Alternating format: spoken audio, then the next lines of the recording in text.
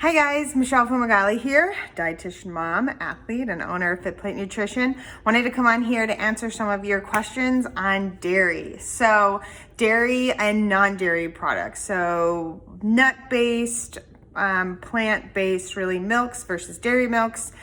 Non-dairy milks and products have gone up about 60% in the last 5 years. And that's great for the consumers to have different choice, whatever your lifestyle is, whether you're a vegetarian or you're lactose or organic or not organic. So there's lots and lots of choices out there for your consumers. So I'm here to give you some ideas. I asked you a couple, I think last week, about questions you wanted to know on dairy and non-dairy milk. So this is for you guys. All right, so number one, I think people were talking about, let's focus on dairy first. Is it good for you? Is it healthy? Do I need to do organic? Things like that. So dairy, I think, can be part of a healthy lifestyle. I think dairy is super nutrient dense, and it's delicious, and there's a lot of different forms. So let's just go specifically with milk, because this will just be mostly all on milk. So, right, when we're born, we have milk, whether that's from your mother or whether that's formula. It's super important for growth. And until you're 2, I think the recommendations are to do whole milk, from ages like 10 months to 2 years to do whole milk.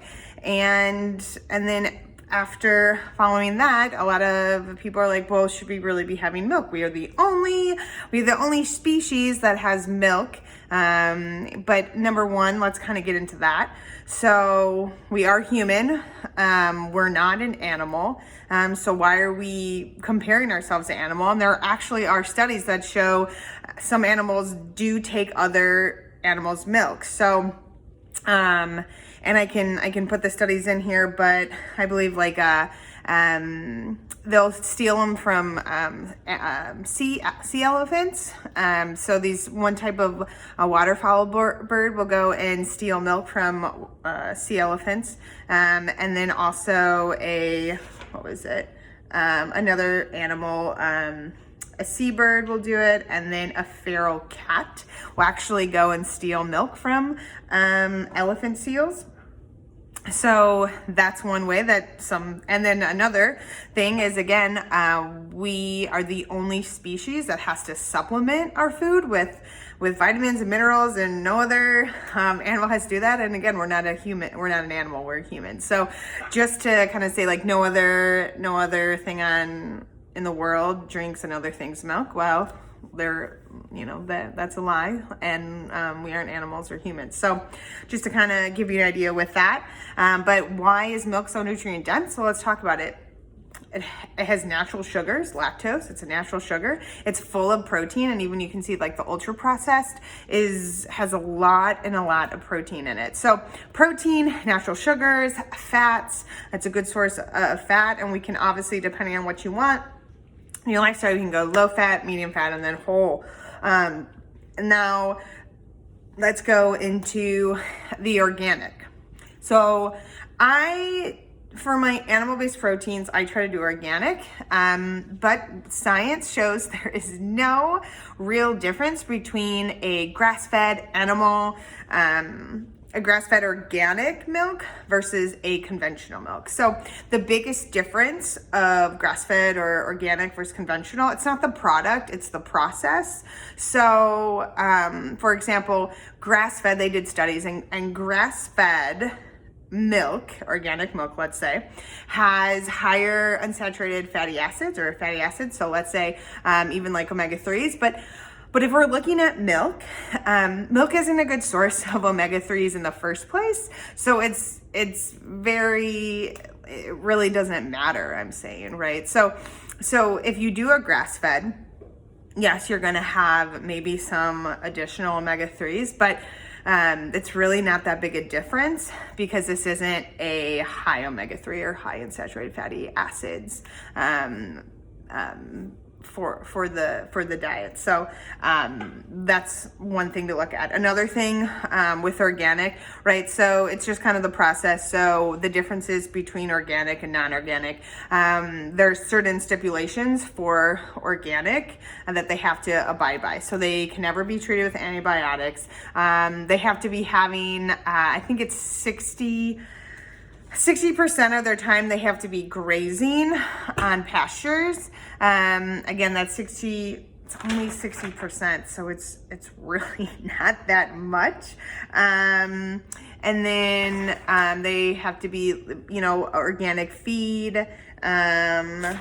What else? So they have to have access to a pasture, not treated with synthetic hormones or antibiotics ever. They have to get organic feed and no animal products, no chicken feed or anything like that. And then, like I said, they have to have 120 days a year they're grazing. So the biggest difference for the best high quality milk is the amount of grazing the cow actually does. And that's the biggest difference in the omega-3. And that's why I said like grass-fed versus the omega. So something interesting there. But know that all milk is, and all dairy is it's one of the strictest and highest regulated food on the market. So it is absolutely safe. And they, even conventional, they are tested for antibiotics and they're not given antibiotics or, synthetic hormones. So they're tested. So yes, if you want to just make sure and you have the funds to spend extra money in organic and that makes you feel better, go for it. But really there's no scientific data that says one is better than the other. They can taste the same. They're both nutrient dense. They're absolutely safe. So that will be the questions on if they're, safe or not, or organic, non-organic, things like that. So again, I feel better if I choose an organic dairy product. But I don't choose organic milk, or yogurt. I only have, milk and maybe sometimes cottage cheese. But just to give you an idea, all milk is safe to eat, super nutrient dense, and it can be very delicious and part of a healthy diet. So that is that. I'll say what I do. I usually have one plant-based milk and a whole milk or 2% milk. And like I said, usually the milk is organic, Gwen has cups of milk sometime. But sometimes I'll do 50-50, but really how we're using our milks, we're using it in oatmeal, we're using it in overnight oats, we're using it in smoothies. And in my coffee, I never have a glass of milk, but I'm not afraid of milk and I don't fear it and I completely trust it. So that's on milk. And is it completely necessary for you? No, but it's high in vitamin A and it's high in B12 and it's high in calcium and vitamin D. It can be fortified with things too, healthy fats, natural sugars with lactose, good protein source. So all these things, you don't need to have dairy in your life. However, if you eat other animal products, then you can get that B12, you can. But if you don't eat dairy, it is really hard to get your calcium in through plant-based foods. So I highly recommend that you might supplement with that or really focus on the calcium rich plant-based foods. And then lastly, because if you're a vegan or if you don't eat animal proteins, there are supplements that you need to be taking to have adequate nutrition. So you do not need dairy in your life. However, it is super nutrient dense. It's healthy. Don't feel like you need it, but don't feel like you need to stay away from it. I will say 65% of the human population is dairy intolerant, lactose intolerant in some way. And that just means that the other 35% of the human population have no issues with that. And the lactose intolerant, that could be with ice cream and milk versus not with cheese or yogurt. So it can be completely different. But I don't have lactose intolerant, so I do not stay away from milk. I also don't overindulge in dairy products, probably 2 to 3 servings a day for me. But just to give you an idea with that. So let's go now into the plant-based, right?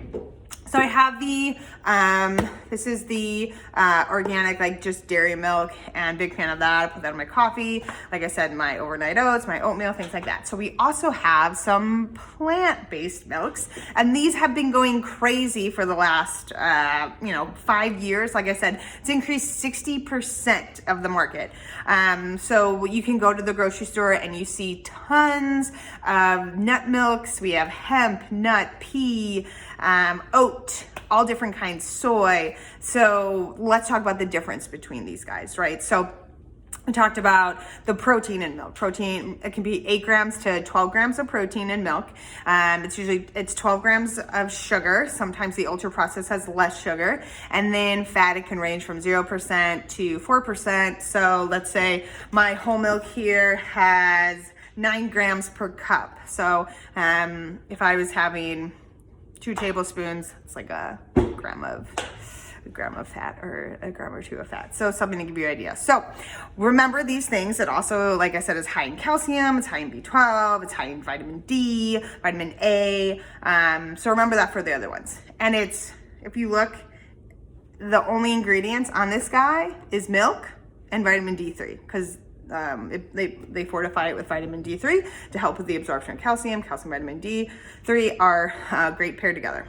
So let's look at the plant-based, right? So we have soy. Let's start with soy. So soy used to be the #1 most comparable milk to dairy milk. Why? Because it has 8 grams of protein. But let's go really quick into plant-based protein versus dairy protein. The quality of them aren't the same. We digest animal-based protein at a higher quality. It's a higher quality, has more essential, all the essential amino acids in it. It is a complete protein. Plant-based proteins are not complete proteins. So again, the 8 grams in the soy does not equate to 8 grams in the dairy, but they do have the same amount of protein. So overall. So, but also with soy, they can fortify it with things, but they also, most people do the sweetened soy, which is just added sugar to it, not the natural that you can find in just regular milk. And the big thing with soy is people fear it because of estrogen levels or isoflavones for, let's specifically say, like breast cancer, if you have estrogen positive reception breast cancer. So however, this is a real food-based soy. It's not a soy isolate protein or anything like that. So it should have low enough levels to not affect any type of estrogen receptive breast cancer. So there's that. But people fear soy. So now people have moved from soy to almond. So let's talk about almond milk really quick. I actually have almond milk. It's been in my fridge for almost 2 months because my brother-in-law came in, he's lactose intolerant, so I had almond milk, and I've tried it. I do not like almond milk, just don't like the taste. But let's go over almond milk, okay? My issue with almond milk, people think it is healthy and they compare it to dairy milk. So you talked about protein, the 8 grams of protein, right? Almond milk has like 0 protein. Let's look really quick on this. It has, it actually says it has it's fat. It has 1 gram of protein. Almond milk has 1 gram of protein because when they filter it out, all the protein is in the flesh of the almond that gets filtered the water. And so really almond milk, I want you to think of it as actually just water milk. It is water. There's really nothing in it.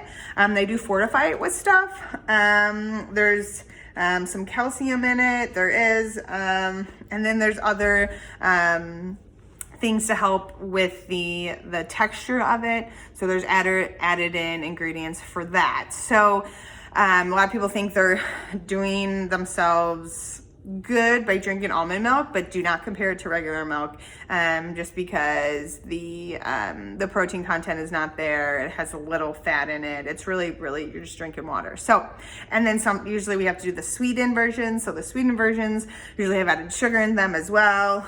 I got the unsweetened vanilla. So there's only 2 grams of carbs or 0 grams of sugar, but it just doesn't, I don't like it, so I don't taste it. So so that's the thing with almond, and that goes with pretty much all nut milks. So there's cashew, there's almond, I'm trying to think if there's any other ones, but to just give you an idea, that's kind of you know, the thing with nut milks. Coconut milk. Coconut milk, you can see it usually in a can, but they now have it in the dairy section where you can do that. And that's fine. It's similar. It's very low in calorie too. It used to be I have cans of it, and it's used in cooking. So it's like an Asian or Thai food. You can use the coconut milk, but it's very high in fat and very, very nutrient dense, very caloric dense, which is why, so what they do with the milk is they just water it down. So again, it's just very watery. But again, almond, soy, and nut milks are great for people who have lactose intolerant, but it just doesn't equate to the same nutrients as regular milk. So let's go into oat milk. I usually always have oat milk. This is Oatly. I love this brand. They're great. Oat milk is kind of on the rise. It's probably one of the closest to the texture of milk. It has 3 to 5 grams of protein, so it has more than almond milk. It's probably the most allergy milk on because it's gluten-free. It's pretty much vegan. It's gluten-free, it's dairy-free. It has some protein in it. It's really just soaked oats with water. So I'll tell you, like with this, so 5 grams of fat in 1 cup of Oatly, 3 grams of protein, and 16 grams of carbs. So obviously it's higher in carbs because oats, carbs, get it? But I really like the texture. It just gives a different flavor and a different option if I don't want to use as much dairy. And then lastly is the pea milk. So this is kind of up and coming. And this for me is the number one comparable to regular dairy milk. Why is that? Because pea milk has the highest protein. They use yellow split peas, and they actually, they use pretty much the pea concentrate protein of the yellow split peas too, like in the Impossible Burger, which will be another video. So pea milk, I know it sounds gross, but Ripple was is the first to come on, and there's now a couple other ones, but it supposedly has a close texture to milk. It has the same protein, closest to milk. So that would be the best alternative for that if you want to have protein in with your milk. But that's for like lactose intolerant people or people who choose not to have dairy if they're vegan or vegetarian and they don't have dairy, things like that. So this is my spiel. And the last one, people asked about raw milk. And, you know, raw milk it's not pasteurized, so but the studies are still out. I kind of need to continue to look at it. But so think about that. Milk is super nutrient dense. There are other alternatives. The best alternative is probably pea milk. And then I do like I said, oat milk. But the best thing is to turn it around and look at the nutrition label and get an idea of it, and to not think something's good or bad, but really just like how your choices and your lifestyle choices. I like more fat in my milk. I like it to be less processed, and at the same time, I'm okay with milk. Other people, their bodies reject dairy, so why even? If your body's rejecting it and you don't, then let's find something else, and we can definitely find something else. We're not eliminating milk, we're just swapping it out with something that your body does do well with. So this is my spiel on dairy. Let me know if you guys have any questions, and I look forward to hearing from you.